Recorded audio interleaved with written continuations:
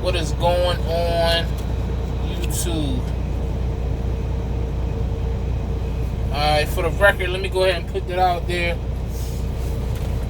This video is being recorded for the first time with my new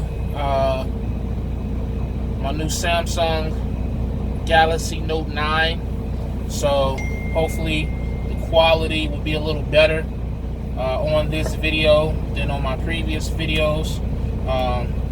Y'all know how it is, man. I'm back OTR, so you know, YouTube is something that I have a lot more time to perfect, if you will. Whereas with local, you just couldn't find the time, or you just didn't care about it. So whatever. So let's get straight to the nitty gritty. It's so funny because I'm wearing this shirt that says glorified company driver, which is pretty much what I am. I'm a glorified company driver on the 1099 who can write off everything as a business expense because I'm going to get an LLC. I'm going to either reactivate, well, I don't know about reactivate, but I'm going to use the old LLC I already had, which is Hollow Logistics LLC, or I'll go and I'll start a new,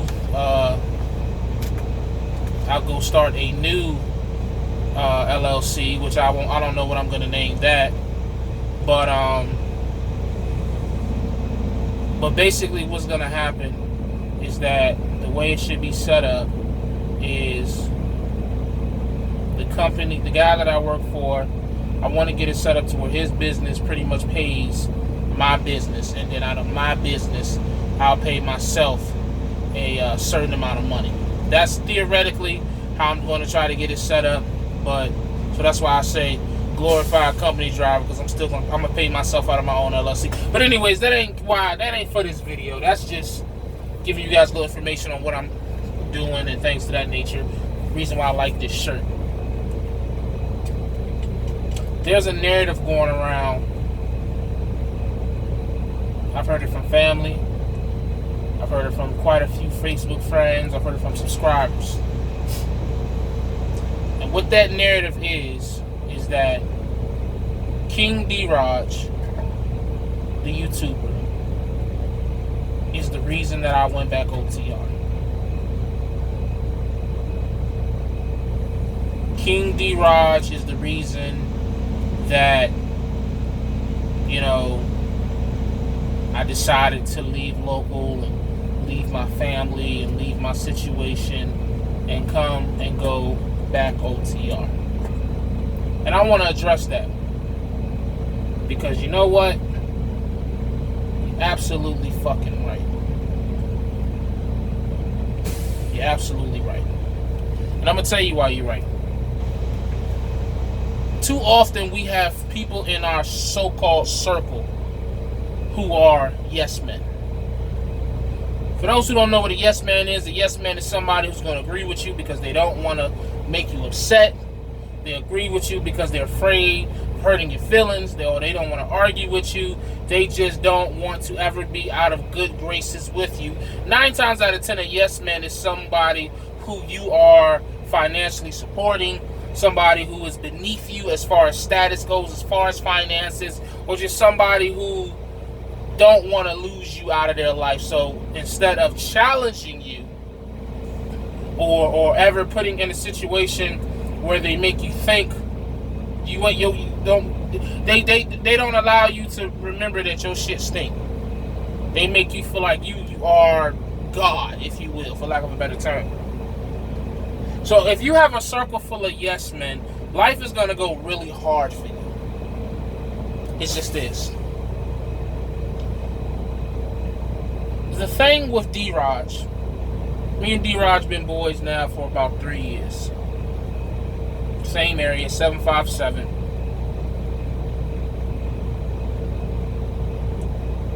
He won't allow me to be average. He just won't.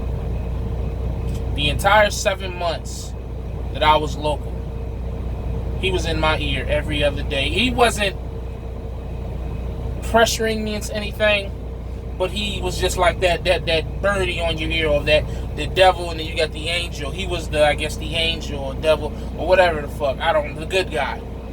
Yo, you know, you can do a little bit better than this, man. I'm not saying that the money that you making ain't good, but you can do a little bit better than this. You can do a little bit better than this. You can do a little bit better than this. And then when push finally came to shove, when I threw the idea out there in the conversation we were having, I said, man, you know what? I feel like things would go a little bit easier if I just went back on TR. And he took it and he ran with it, as he should. But see, the thing I don't understand, here's the thing I don't get. And I get it, people just troll, people just talk shit just because they have nothing else to talk shit about. So they'll call me a follower, they'll say you started with Trucker Brown, then you listened to LaShawn and Carolina Tanker and Party Hard and whoever else the fuck I didn't listen to over the course of my first 3 years, or 2.5 years, going on 3 years in trucking. But my thought process is this. Ain't that what you supposed to do? Like, if you got somebody in your circle, or even in your life, especially this isn't to get racist, but as a young black man who, I'm not using this as a race card, but 9 times out of 10, young black cats, we not growing up with a solid male figure, whether it's a brother or you know what I'm saying. We don't have someone to give us the type of advice that we really looking for. Normally we'll have like an uncle, we'll have like a granddad, but the generational gap is so much that they can't really understand where we're coming from. So rarely do we come across people who are in that 10-year span that got enough experience on us to keep us from making dumb decisions. I'm fortunate enough to have 2 people like that. I got my boy Wayne back home, and I have Drodge. And I just don't understand, because it's like people, well, I ain't gonna say they get upset, but they criticize that as if that's something wrong. Like, and so now we're setting this thought that, yo, if you got somebody in your life who is successful at what they doing, who have went to the next level in life, you shouldn't listen to them. You should be your own man. I get that to an extent, but if what he's doing is working for him and his, why wouldn't I even consider that shit? Especially when I'm not happy with my situation. Well, how do you know you weren't happy with? Well, that goes back to a whole nother point, that a lot of us are living comfortable lives, but don't nobody want to talk about that. I'm gonna talk about it. A lot of people are living a comfortable life. A lot of people are in a life that they have been taught is okay. You know what? As long as I pay all my bills, I'm good. I'm broke, but I'm good. As long as all my bills paid and I overdrafted this account and transferred from this savings account to that checkings account and used this credit card, I'm only supposed to use 30% for good credit, but I only use goddamn 95%, but all my bills paid, I'm good. We have been taught that shit. So now we are in this illusion that the lives that we are living is a good life, and it's not. It's average at best. I guarantee you the life that you think that you're living is an average life. And I know some people are going to say, well, you know what, I want to live that way. Fine. That's cool. I'm not saying that anything is wrong with that. I kind of did, but I'm not saying anything is wrong with that. I'm just saying I came to the realization that that's not good enough for me. And it for damn sure ain't good enough for my son. It's just not. And when I went home for these 7 months, I slowly but surely slipped back into that mindset. Well, how do you know, Jake? I bought a car. I put rims on the car. Was making payments on rims. That right there should tell you everything you need to know. But it's cool. We gonna wear that, whatever. Bought TVs, bought all this materialistic shit. Which is nothing wrong with it if you can afford it, but you can't afford it if you have debt. You can't afford it if you're trying to start a business. You can't. A lot of us are trying to live the lives that we want to live when we make it, when we ain't made it yet. Hell, we ain't even got started. And we out here living like we done fucking made it. Oh, let me go blow fucking $500 on this bullshit. Let me go spend $1,000 on this bullshit to make it look like and impress a bunch of people who ain't got no money, but they make it seem like I got money, but I don't. So I'm just as dumb as the motherfuckers looking at me, and they want to be me when really I want to be them, because they kept their money, but they just don't know what to do with it. A bunch of idiots trying to impress each other. That's the shit that I fell into. Going back into that complacent ass. Like, if I'd have stayed at NBI, man, I'd end up working at NBI for probably like 3, 4, 5 years, which ain't nothing wrong with that.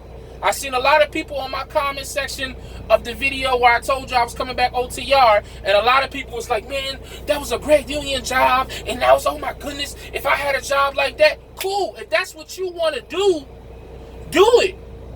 If you want to work for the rest of your life, my mans, do it. Ain't nobody stopping you. I don't want to be that guy. And what I had to come to a realization, what I had to learn, really, I didn't even have to, because I knew it. As soon as I went local, I knew it, which is why I kept saying, I only want to be at NBI for a year. I only want to be at NBI for a year. I said it over and over and over in videos, on Facebook statuses, over and over again, because I had to keep telling myself, you cannot fall into this. Everybody else at NBI was there 4 or 5 years plus. I can't do that, man. I can't do that and live the type of lifestyle that I want to live. Do the things that I want to do. Provide for my son the way I want to provide for him. And at 27, I'm in a prime position in my life to where I can still sacrifice a little bit of time on the road, be away from my son, and by the time he fucking is old enough to really know what's going on, put him so much further ahead than everybody else. And then what their kids gonna say? Oh, well, my dad been around since I was born. Yeah, that's cool, but what that looking like in your bank account? Or what's that doing with your lifestyle? I'm trying to leave my son a business. Y'all gonna leave y'all kids applications. I'm cool with that. I don't want to give my son no fucking referral bonus. I want him to be the company that's giving the referral bonuses out, man. Come on, man. So when people say, yo, Drodge is the reason you went OTR, yeah, he is, and I appreciate him for that shit. Because a lot of people don't have that type of person in their life. That no matter how you feel, because contrary to popular belief, people think that me and Drodge agree on everything, and we just, you'd be surprised how many times we've been on the phone, and it's like, I ain't gonna say a screaming match, but it's just like, you would not think that we were friends. But you need people like that. A lot of people don't have that, which is why they out here doing a bunch of dumb shit. It's a lot of YouTubers, and some of them do it for the content or whatever, yeah. But it's a lot of YouTubers on YouTube right now that if they had that type of person, they wouldn't put out half the. You'd be surprised how many videos I didn't delete it because I didn't send it to him. He was like, yo, don't do that. I had a video about, I just watched Party Hard video about Abilene and how he just trashed them. I had that same type of video in a sense about NBA. I won't trashing them, but I put out a lot of truths that I didn't want to put out while I was working there. And I sent it to him. He looked at it. Yo, fam, this might not be the best type of content to put out. You don't want to do that. I bet. Deleted it. Gone. But see, people will tell you and try to convince you that shit not cool. Oh, you just a follower. You this, you that. We all fucking followers. What are you talking about? Nobody is born and just knows what they gonna do. Nobody comes into any industry and just automatically knows what the fuck is going on. Everybody at some point in their life has had to follow somebody to map out some type of game plan. Tom Brady wanted to be Joe Montana. Adrian Peterson wanted to be Jim Brown. LeBron wanted to be Jordan. Jordan wanted to be Bill Russell. Everybody at some point has looked to someone and like, you know what? I don't got to be specifically that person, but if I can get somewhere close, I think I'll be all right. And there's nothing wrong with that, man. There's nothing wrong with that. And I just hope that one day I can be that for my son, where it's like, yo, I want to be like my dad. My dad is the shit. Versus, oh yeah, that's my dad. You know, he did a lot for me. But I'm 18 now, and now I got to go into the real world, and I got to choose whether I'm going to go take out this big-ass college loan and owe them a fuckload of money for the rest of my life, or I'm going to go serve in this white man military, or am I just going to go work for minimum wage and start at the bottom of the fucking workforce? Nah, that's not going to be my son. Sidebar, you ever notice how they'll give you $100,000 in student loans but won't give you a $10,000 business loan? But we ain't gonna talk about it in this video. We're gonna, you know what I'm saying? I'm on one right now, so my mind is just all over the fucking place. More of the story, man, I appreciate Drodge for putting, not so much talking me back into going OTR, but when I put the idea out there, making me feel like an idiot for not considering it sooner, or making me feel like an idiot for ever going local. Nothing against local. I love the 7 months, but it just made me realize a lot. I learned more about myself and what I want to be in the 7 months I was local than I thought I would. I realized that waking up every day at 7 a.m., clocking in, that shit is cool while we young, but it's just like a lot of cats around where I live that work for the shipyard in Newport News. That money seemed good when you 18, 19, 20, 21, 22, 23. You know what I'm saying? The money that I make in my mid-20s is not the same money I want to make in my 40s. And working at a company like NBI or one of these LTLs, any of these other local gigs, it's just not something, even though you may get a small pay raise, but nowhere near to the level of what you can do by taking that same knowledge and that same work ethic and applying it to your own business. Ownership is the only way to go in this industry. Not even this industry. In this monetary system that is United States of America, ownership is the only way to do it. The only way to separate yourself. And 9 times out of 10, when you separate yourself, you elevate. But when you're so afraid of what everybody's gonna say, and you're so afraid of how you gonna, I don't give a fuck how y'all niggas look at me on you. Oh, he's a job hopper, he's this, I don't give a fuck. Straight up.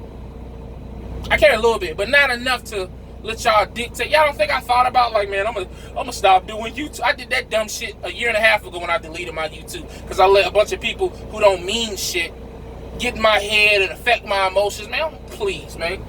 Y'all think y'all finna bother me, man? Y'all don't think I got this figured out?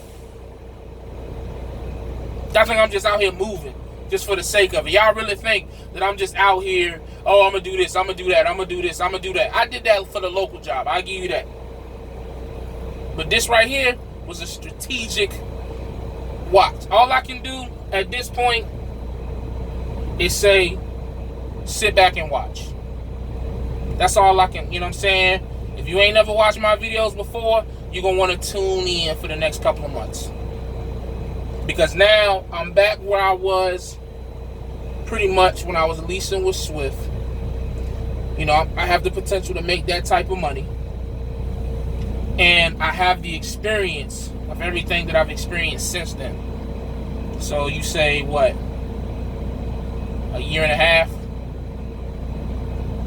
Just watch, man. I've done a lot of talking, so I know it's hard to believe, but just watch.